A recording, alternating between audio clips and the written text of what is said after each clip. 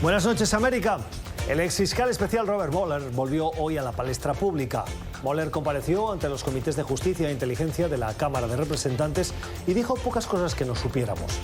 Mueller no quiso discutir sobre otros temas que no fueran el objeto de su investigación o el reporte que a su juicio explica cuidadosamente todo lo que él y su equipo de fiscales quisieron decir. Tal vez la más relevante, la que Trump niega una y otra vez y que el fiscal Barr intentó disimular, pero que está clara en el reporte, es que Trump no ha sido exonerado de obstrucción a la justicia. Estados Unidos está profundamente dividido por esta investigación. Demócratas y republicanos insisten desde sus trincheras ideológicas en sus mensajes estratégicamente escogidos para que el público solo vea lo que a ellos les interesa, contribuyendo así a esa polarización cada vez más enquistada que sufre el país. Mueller hoy accedió a ir al Congreso porque cree en la institucionalidad. Tiene una intachable hoja de servicio público de décadas como militar y como funcionario del Departamento de Justicia. Ha trabajado y asumido responsabilidades bajo presidentes demócratas y republicanos y su trabajo se ha guiado siempre por ese afán de servicio público. Por eso, viendo esta jornada a legisladores de uno y otro lado del espectro político, intentando desacreditarle, menospreciar su trabajo o empujarle para que dijera lo que ellos querían oír, además de ser un reprobable comportamiento partidista que profundiza aún más en la división del país, desacredita a una clase política que se rinde al populismo, carece de criterio propio y antepone intereses partidistas a la esperable defensa del interés general. Hacen falta más Robert Muellers. Son las 8 en Bogotá, Lima, Quito, las 9 en la costa este de Estados Unidos y Santiago de Chile, y las 10 en Buenos Aires. Y esto es Cuestión de Poder. Bienvenidos.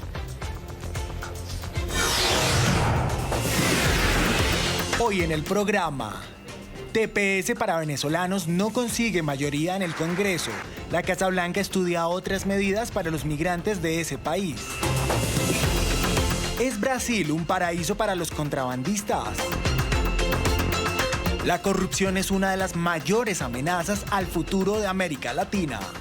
Victory is winning for our country. Hoy comienza un cambio de régimen político. Desde nuestros estudios en Washington, la opinión, el análisis y las voces que nos ayudan a comprender nuestro mundo. Es cuestión de querer, es cuestión de poder. Comenzamos y lo hacemos con algunas cuestiones de la actualidad que nos han llamado la atención. Notas al pie o comentarios de los expertos para comprenderlas. Y una, la que preocupa a la comunidad venezolana en Estados Unidos tras la votación de ayer en la Cámara de Representantes. Una resolución que buscaba forzar, avanzar para que se adoptase una resolución que pedía el estatus de protección temporal para los venezolanos. Hoy no lo tienen. La administración ya ha dicho que no tiene la intención.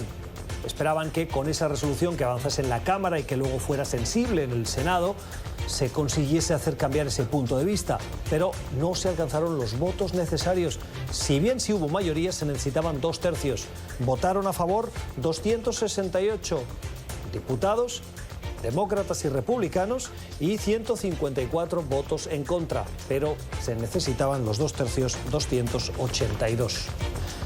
El responsable de migraciones del gobierno de Juan Guaidó ha dicho que la Casa Blanca está trabajando para ofrecer una alternativa a esos venezolanos que no van a tener, por lo que se ve hasta ahora, TPS.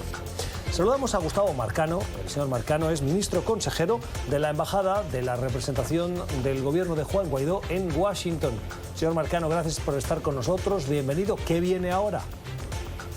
Mira, nosotros vamos a seguir trabajando para lograr protección a todos los venezolanos que han tenido que emigrar producto de toda la crisis, la emergencia humanitaria que estamos padeciendo en Venezuela. Nosotros agradecemos el apoyo tanto de congresistas, demócratas como republicanos. Hemos visto una primera votación en el Congreso con 269 votos a favor del TPS. Vamos a seguir insistiendo en mecanismos para la protección de los venezolanos y además hemos tenido el compromiso por parte de la administración de evitar las deportaciones de venezolanos que han tenido que salir en modo de persecución o producto de la emergencia humanitaria compleja que estamos padeciendo sufriendo los venezolanos, por lo cual vamos a seguir luchando para conseguir esta protección para los venezolanos, para que no haya deportaciones de venezolanos, entendiendo que en Venezuela tenemos una narcodictadura que lo que hace es perseguir y violar los derechos humanos, y contamos con todo el apoyo y el compromiso por parte de congresistas, demócratas, republicanos y por parte de la administración para proteger a los venezolanos que han tenido que salir de Venezuela producto de esta emergencia que estamos padeciendo. El responsable de la estrategia para lidiar con la migración venezolana en América Latina y también en Estados Unidos, David Smolansky, dijo en las últimas horas que, textualmente leo, la Casa Blanca ha dicho que ofrecerá protección a migrantes venezolanos sin recurrir al TPS. ¿Qué quiere decir esto?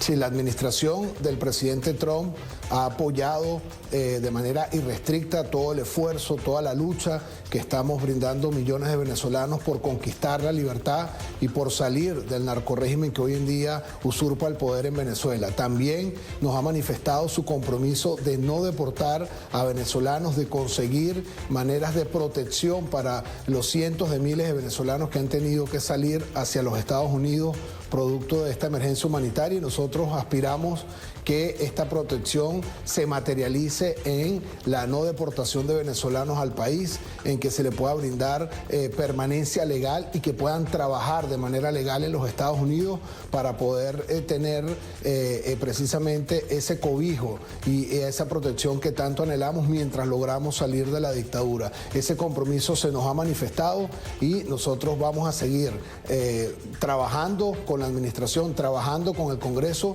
para que esta protección se materialice y se afiance día a día, porque en Venezuela estamos padeciendo una narcodictadura que persigue, que asesina, que criminaliza a todas las personas que están luchando en favor de la libertad y de la democracia, y es muy importante que los Estados Unidos no solo materialice ese apoyo que nos ha brindado para lograr la libertad, sino que también nos ayude a proteger a nuestros nacionales como se ha venido haciendo, y ese compromiso lo tenemos por parte de los congresistas de ambos partidos y por supuesto de la administración.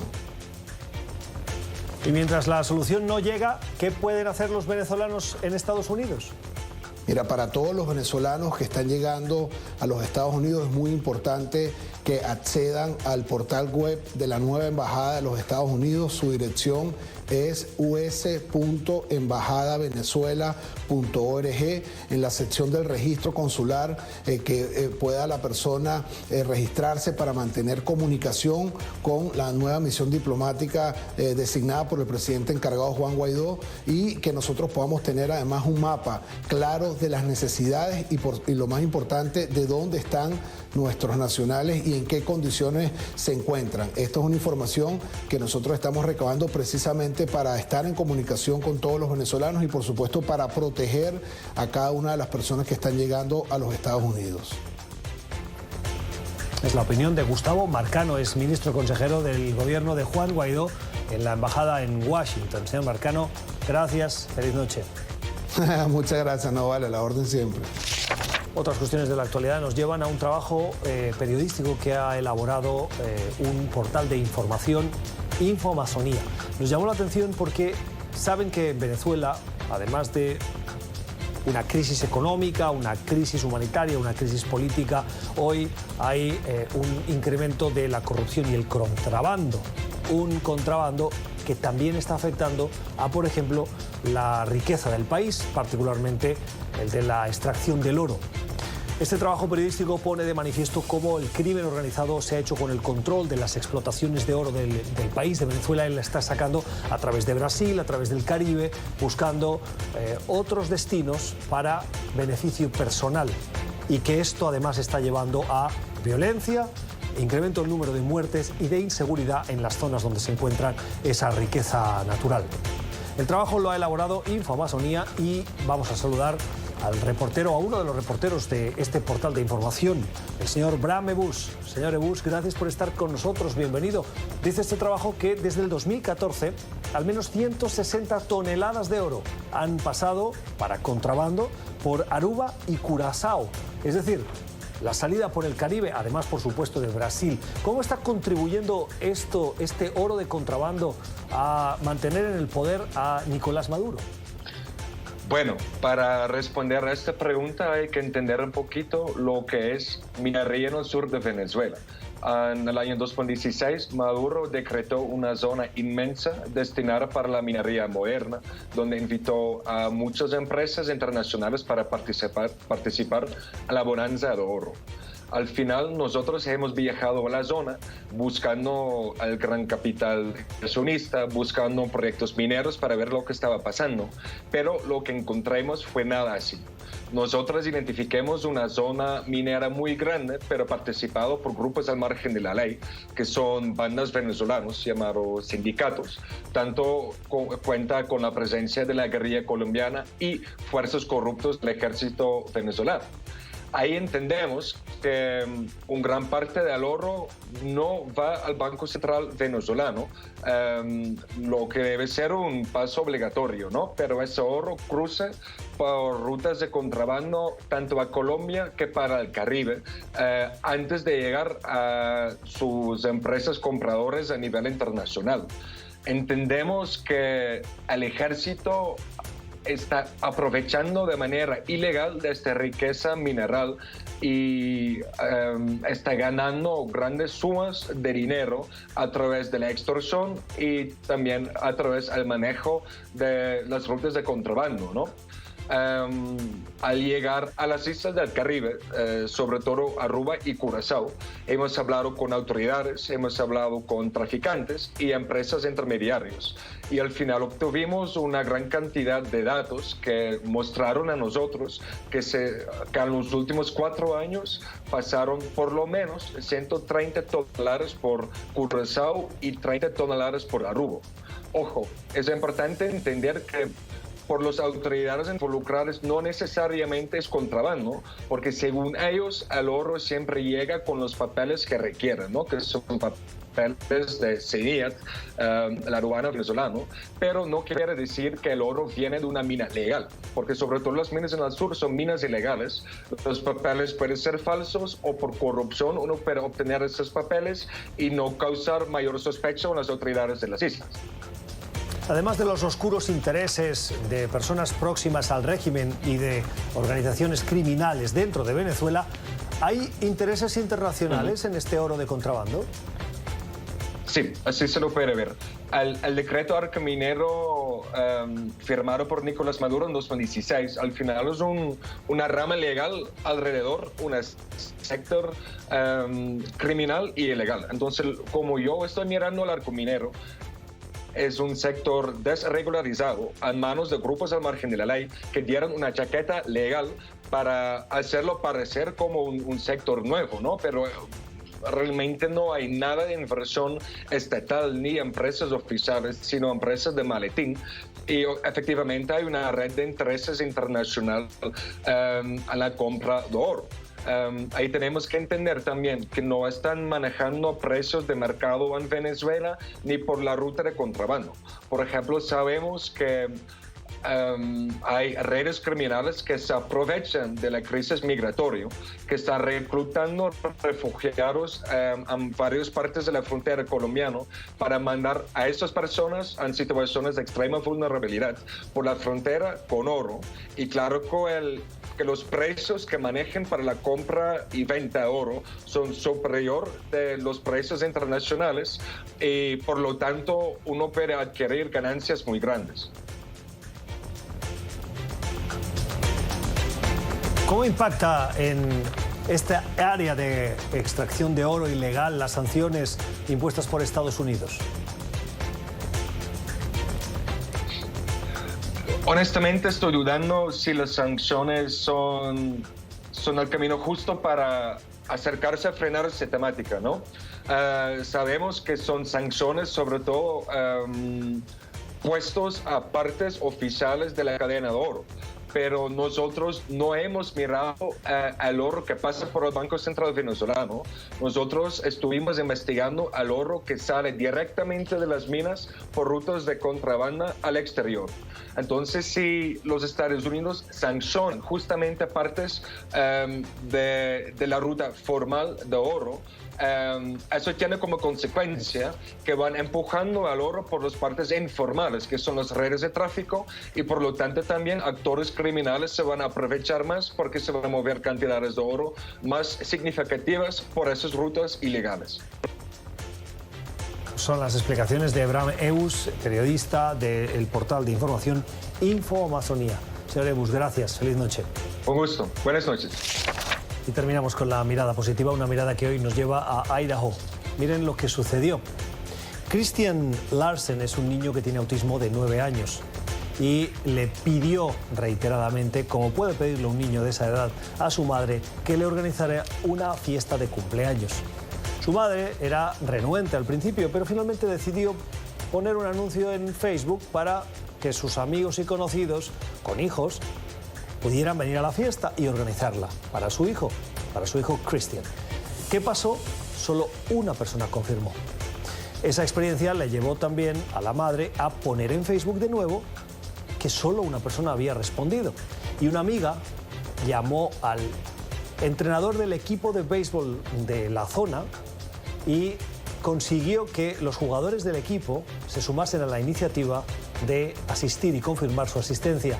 Pasaron toda la tarde con Christian, jugaron a rugby y dice lo que cuentan en la prensa local, que se hace eco de la noticia en positivo, que fue la mejor fiesta de cumpleaños para el niño, para Christian, pero también para los jugadores. La generosidad que terminó en una bonita fiesta de cumpleaños, además de un buen acto con un niño que dice ha tenido la mejor fiesta que recuerda. Tiempo para la entrevista en Cuestión de Poder, para fijarnos en un trabajo que lleva realizando años, la publicación America's Quarterly, una publicación que se fija en la política latinoamericana y que en este caso, en este trabajo, en este análisis detallado desde el 2016 hasta hoy, ha hecho un seguimiento de la corrupción, pero no de los niveles de corrupción, sino de lo que se hace para combatirla, de los agentes que luchan, de las fiscalías, de las investigaciones y de los casos, y cómo el movimiento ciudadano y la Administración de Justicia, de manera independiente, han luchado contra esa corrupción. El editor de la revista se llama Brian Winter y nos acompaña desde Nueva York. Brian, buenas noches, gracias por estar con nosotros, bienvenido. ¿Qué tal, Gustavo? Siempre un gusto.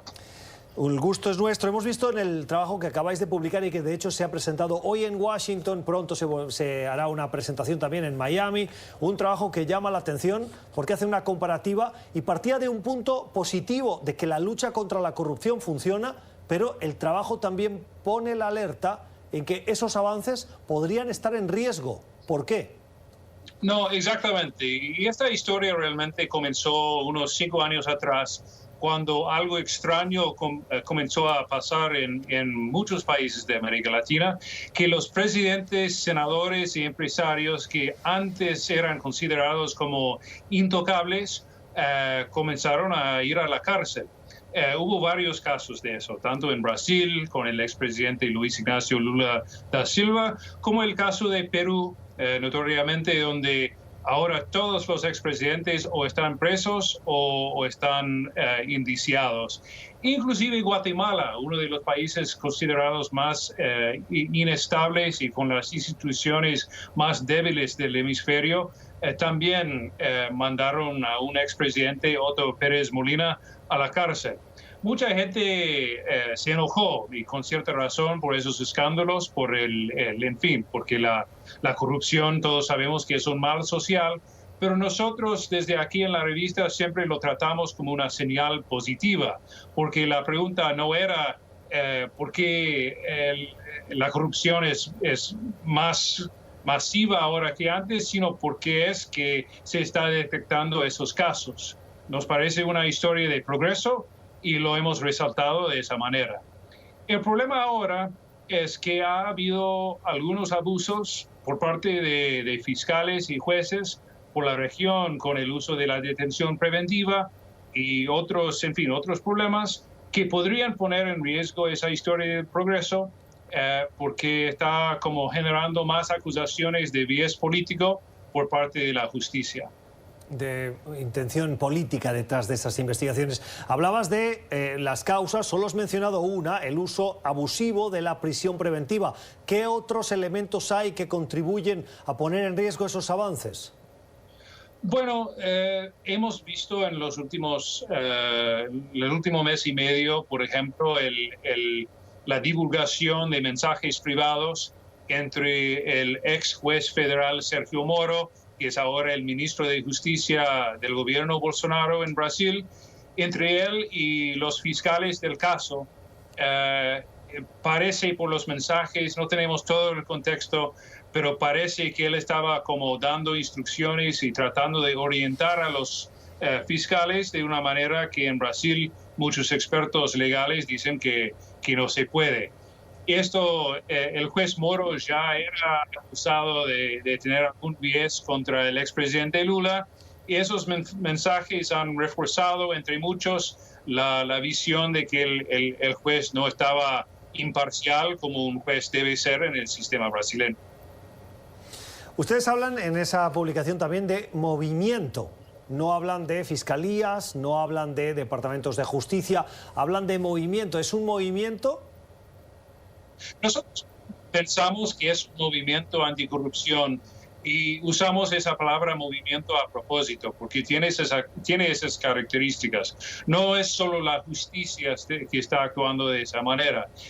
Lo que están haciendo los fiscales en muchos países tiene el apoyo muy clave, muy importante por parte de la población general, como ha sido el caso en Colombia, donde la gente cree en encuestas o dice en encuestas que corrupción es el problema principal del país y es visto como el segundo principal problema del país en México, Brasil y también en Bolivia y Perú. Eso te indica que hay una gran demanda por la sociedad en realmente cambiar el panorama de impunidad que siempre ha sido una característica en esos países, y vemos como en muchos países, como ha sido el caso en Brasil, Guatemala, Perú, etcétera, donde la gente se ha movilizado, ellos han ido a la calle para protestar a favor de las acciones judiciales y de prevenir cualquier tipo de esfuerzo por parte de los políticos y impedir el trabajo de la justicia. Veo en el trabajo que hay tres conclusiones que resaltáis de manera especial. La primera es que la corrupción continúa siendo algo, lo comentabas ahora, muy impopular. El segundo, que es un problema que continúa siendo un problema real. Y el tercero es que los escándalos continúan. ¿En qué países podemos destacar que esos escándalos se mantienen, continúan? Casi todos.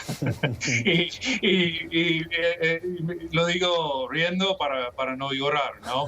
Porque yo puedo apuntar a casos en casi todos los países. En Brasil, hemos visto casos en Perú, y en Colombia con Odebrecht. Vemos que en la mayoría de los países, casi todos, hay gente que no ha visto que los tiempos han cambiado y siguen con las viejas prácticas de siempre. Y eso tiene varias posibles consecuencias negativas, aparte del robo a los cofres públicos. En muchos países, especialmente en el caso brasileño y en México, para mí, a mi visión, a mi ver, los ciudadanos están llegando a la conclusión equivocada de que la democracia tiene la culpa por esos escándalos. A mí me parece que la democracia tiene que ser celebrada porque es con el avance de las instituciones independientes que se está detectando y castigando esos escándalos. Pero mucha gente ve el flujo constante de escándalos y dice, no, pero esos políticos no sirven para nada, solo roban. Y vemos en las encuestas como la fe y la satisfacción con la democracia en esos países está bajando. Y en una encuesta reciente del Pew Research Center, México y Brasil eran los dos países en el mundo con menos satisfacción en la democracia Claro que hay otros factores como, en fin, problemas económicos, problemas de seguridad, pero cuando sales a dialogar con la gente te dicen que la corrupción también tiene su responsabilidad con ese punto de vista. ¿Cuáles son los riesgos, a su juicio, de esa caída en la confianza democrática de las sociedades latinoamericanas? Bueno, el riesgo es una vuelta a un sistema autoritario o por lo menos democrático. Muchos creen que de hecho eso ya está en curso en México y en Brasil, donde hemos visto presidentes que fueron elegidos porque no eran parte de la clase política, en el caso de Jair Bolsonaro y Andrés Manuel López Obrador, que ideológicamente son muy distintos. Uno es de izquierda y otro es de derecha, pero tienen como la misma percepción de ser outsiders, de gente que viene desde fuera para tratar de imponer una nueva política y que también en ciertos casos están atentando contra las instituciones con un proyecto de poder que es más como por lo menos personalista. Entonces el riesgo es que eso continúe, que la gente está tan harta de la política de siempre, de sus congresos y a veces del poder judicial, que continúen otorgando cada vez más poder a individuos. Y sabemos por la historia del siglo XX en América Latina, y seamos sinceros, en el resto del mundo también, que eso también tiene fuertes consecuencias negativas a lo largo del tiempo. Te escuchaba y me preguntaba que es una decisión difícil o un problema de difícil resolución. Es decir, hay corrupción y eso lo sabemos. Que los sistemas judiciales independientes lo enfrenten y lo denuncien y lleven a los responsables a la cárcel es bueno porque demuestra la fortaleza de la institucionalidad, pero al mismo tiempo evidencia la corrupción y crea un sentimiento de desconfianza en la democracia. ¿Dónde está el límite para recuperar la confianza de los ciudadanos sin que el sistema judicial tenga que retroceder para no crear esa sensación generalizada de corrupción? Es una excelente pregunta y me parece que hay tres cosas que son necesarias. El primero es paciencia. O sea, las instituciones judiciales han mejorado, pero no son capaces de erradicar o reducir la corrupción en un periodo de solo 4 y 5 años. Esta batalla está recién comenzando y estamos recogiendo los frutos de la democratización que comenzó en algunos países 30 años atrás y en otros más recientemente, países como Perú y México, que realmente usaron una democracia plena al principios de la década pasada. La segunda cosa es autocrítica. Me parece que los fiscales y los jueces también tienen que conocer sus límites y cuando cometen infracciones, esas infracciones tienen que ser castigadas. Los fines no pueden justificar los medios ni para los políticos ni para la gente de la comunidad judicial. Y la tercera cosa, Gustavo, son las reformas. Hay que cambiar las prácticas que están a la raíz de la corrupción. No se puede luchar contra la corrupción solo desde la justicia, solo desde la Procuraduría. Hay que reformar sistemas como el financiamiento de campañas políticas, por ejemplo, las licitaciones, la fiscalización del sector privado, porque estoy hablando mucho de los políticos, pero todos sabemos que no son solo los gobernantes que cometen la corrupción. Hay el otro lado, que frecuentemente son el sector empresarial. Entonces, hace falta una gran reformulación de las prácticas, de la intersección del dinero y la política, y me parece que solo con esas tres cosas se puede avanzar y decir que la corrupción en sí tiene la posibilidad de reducirse. Paciencia, autocrítica y reformas estructurales. Gracias, Brian Winter, por tu trabajo, por poner negro sobre blanco este fenómeno que afecta a América Latina, que no es solo la lucha contra la corrupción, sino las consecuencias que tiene. Tiempo para la entrevista en Cuestión de Poder. Hoy, para analizar esa comparecencia doble de quien fue fiscal de la trama rusa, Robert Mueller, en el Congreso de los Estados Unidos. La Cámara de Representantes, saben que tienen diversos comités, uno de ellos es el de Justicia y otro el de Inteligencia. Pues bien, en ambos ha participado hoy Robert Mueller. Titulares que podemos extraer, como decíamos al principio del programa, no hay grandes novedades. Sí nos ha recordado grandes verdades que unos y otros intentan que unos no se sepan, otros que las amplifiquen. Y lo que hoy la prensa estadounidense insiste es que Robert Mueller ha vuelto a decir que el informe, que su investigación no exonera a Trump de obstrucción a la justicia. Saben aquello de que Trump constantemente tuitea lo de no obstruction, no collusion, que no hubo conspiración y que no hubo obstrucción a la justicia. Pues bien, en este caso de obstrucción, el fiscal ha dicho el informe no lo exonera. Le ha preguntado a Trump también, a otro momento relevante de la conversación, si con los crímenes o las informaciones que él reporta en ese informe, cree que Trump, si dejase la Casa Blanca en el 2020, podría ser llevado a un juicio. Y ha dicho sí, un sí solemne. Joseph Maluf, abogado constitucionalista. Buenas noches. Gracias por tenerme. Buenas noches. ¿Qué impresión le queda después de esas conversaciones, de esa comparecencia de Mueller hoy? La impresión de que definitivamente esto fue una invasión seria por parte de Rusia en interferir con las elecciones y que el presidente se benefició. Mueller dice que si no fuera por la póliza o la política del Departamento de Justicia de no acusar a un presidente, que solamente por esa razón él no presentó una acusación en contra del presidente Trump. Yo sé que eso está en el reporte, adentro de las 448 páginas, pero escucharlo de Mueller tuvo un impacto significante el día de hoy. Yo creo que escuchar del fiscal especial que él tenía pruebas para acusar al presidente de un crimen y que esas pruebas podrían usarse para acusarlo después de que él salga de oficio. Es alarmante, porque yo creo que el reporte lo dice y mucha gente no captó eso. Así que para mí eso fue todo lo que él dijo hoy. Esa fue una de las cosas más importantes que escuché. ¿Cree que la comparecencia de Mueller va a convencer a alguien? Quiero decir, siento que la sociedad estadounidense está profundamente dividida, sí, y que cada uno escucha lo que quiere escuchar. Correcto. Y que aunque haya nuevos puntos de vista o argumentos, la gente sigue atrincherada en sus posiciones ideológicas. Es difícil saber, yo creo que va a convencer a más personas que antes. La pregunta es si van a ser suficientes personas para poder motivar al Partido Demócrata a comenzar un juicio político en contra del presidente que eventualmente tuviera que ser decidido en el Senado. Y para condenar al presidente tienen que haber 67 senadores a favor, lo cual requiere la participación de 20 demócratas.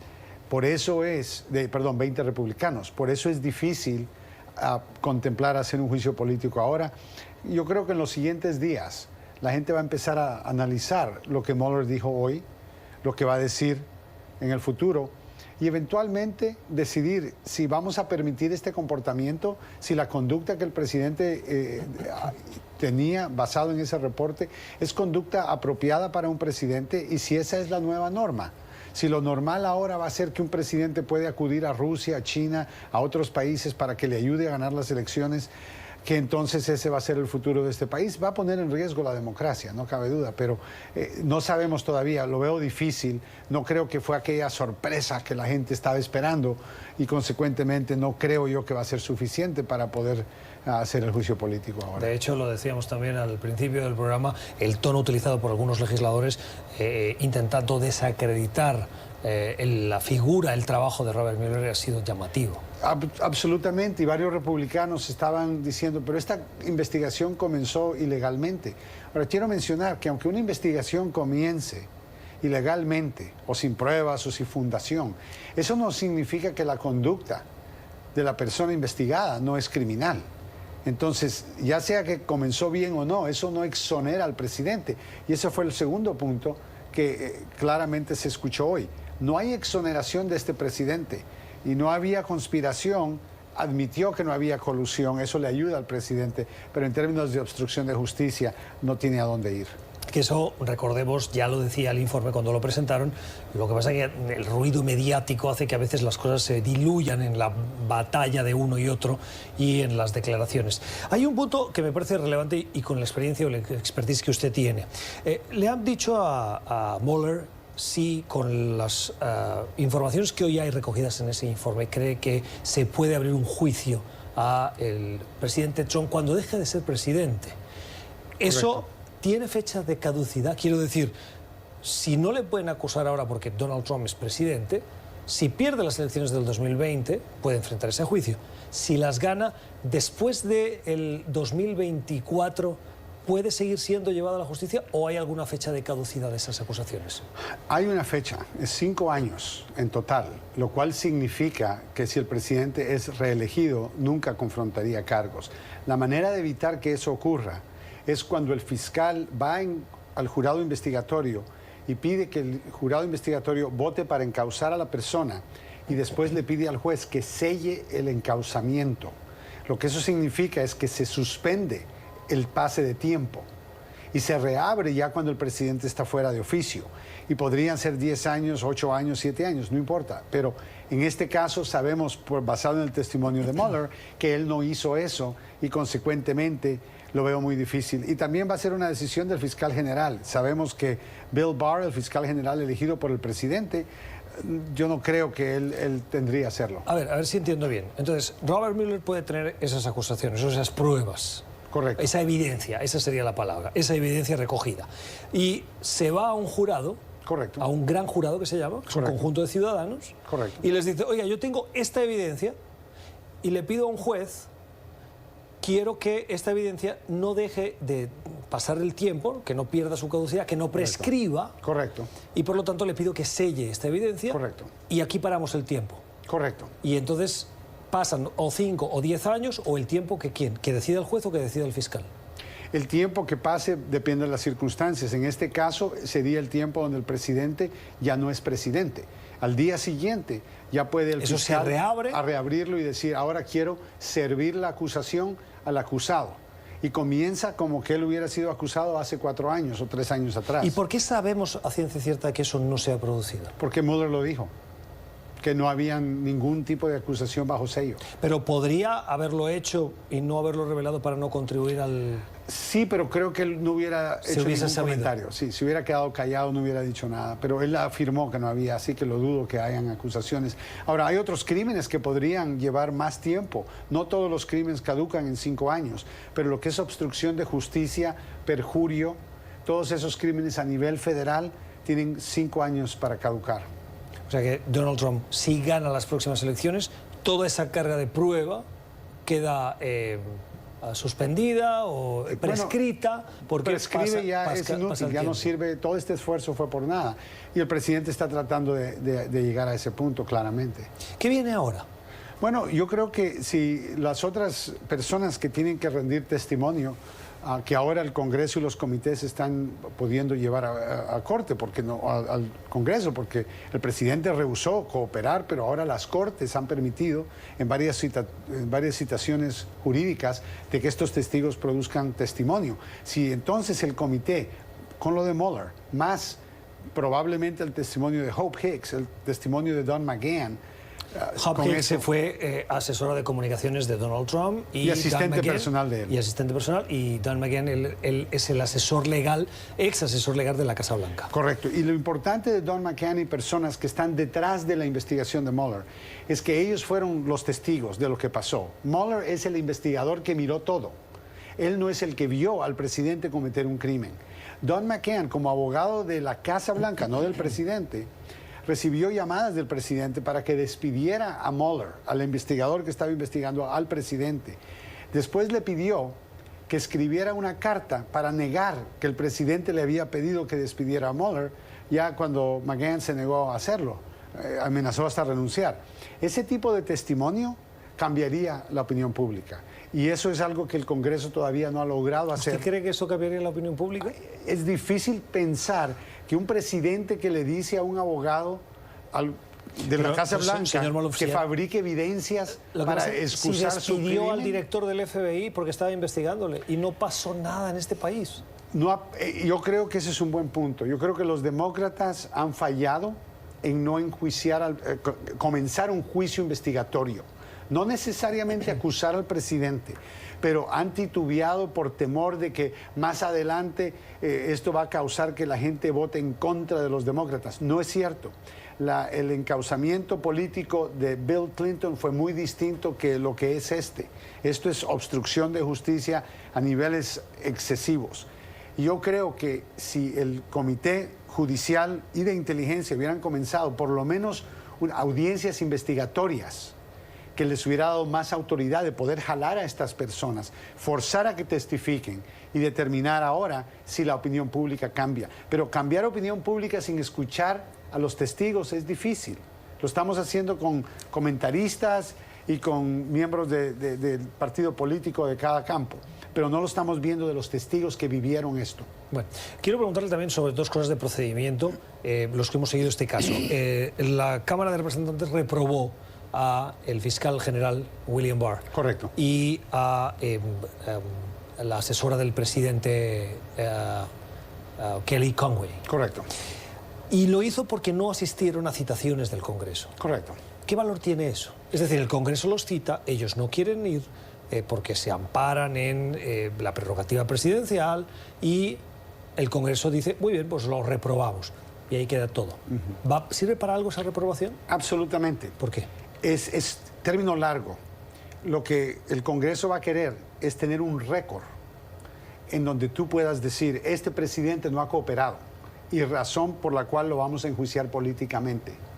Y la manera de poder hacerlo es con estas condenas, convicciones, o sea, un récord claro de que cada testigo escuchó del presidente, órdenes del presidente, no colaboren, no vayan, y los encontraron en desacato o desafío de esas citaciones jurídicas. Entonces, ahorita no tiene gran importancia porque no quieren multarlos, podrían multarlos, pero han decidido no hacerlo.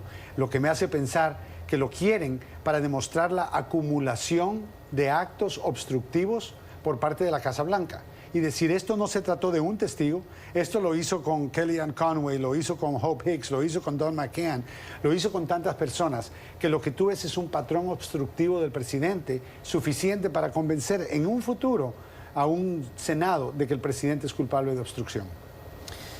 El análisis de Joseph Maluf, abogado constitucionalista, tras las audiencias hoy de quien fue fiscal especial de la trama rusa, investigando en ese reporte, dejando constancia de dos áreas. Una, la colusión, la connivencia, que dice el reporte que no existió, entre la campaña de Donald Trump y el entorno del Kremlin, de Rusia. Sí deja claro que hubo injerencia rusa en las elecciones, no coordinada con la campaña, y por el otro, la obstrucción a la justicia.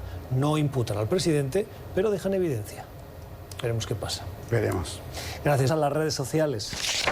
El primero de los mensajes que hoy hemos escogido es uno que nos hacen llegar ustedes, en el que hacen un comentario sobre la estrategia del presidente Trump cuando habla de 4 legisladoras demócratas de color, estadounidenses, a las que invita a abandonar el país. Un manipulador común que se encarniza con su víctima. Ese es el presidente de los Estados Unidos de América. Y este otro mensaje de Lucas que pone de manifiesto el crecimiento de los movimientos populistas y de derechas que hay en el mundo desarrollado. Tremendo cómo me despierto. Otro gran triunfo de la derecha en el mundo. Ayer Ucrania, hace unos días Grecia y hoy el gran Boris Johnson va a ser el nuevo primer ministro del Reino Unido. Y terminamos con una de las voces que hoy ha sido protagonista, no la de Robert Mueller, pero sí la del presidente Trump.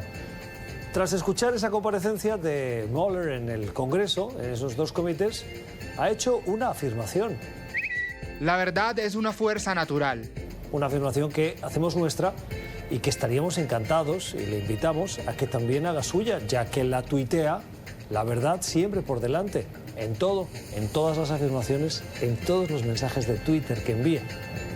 ¿No les parece? Así terminamos. Gracias por la generosidad de su tiempo. Confiamos que hayan aprendido como lo hemos hecho nosotros de nuestros invitados. Volvemos mañana con más Cuestión de Poder. Que descansen. Feliz noche.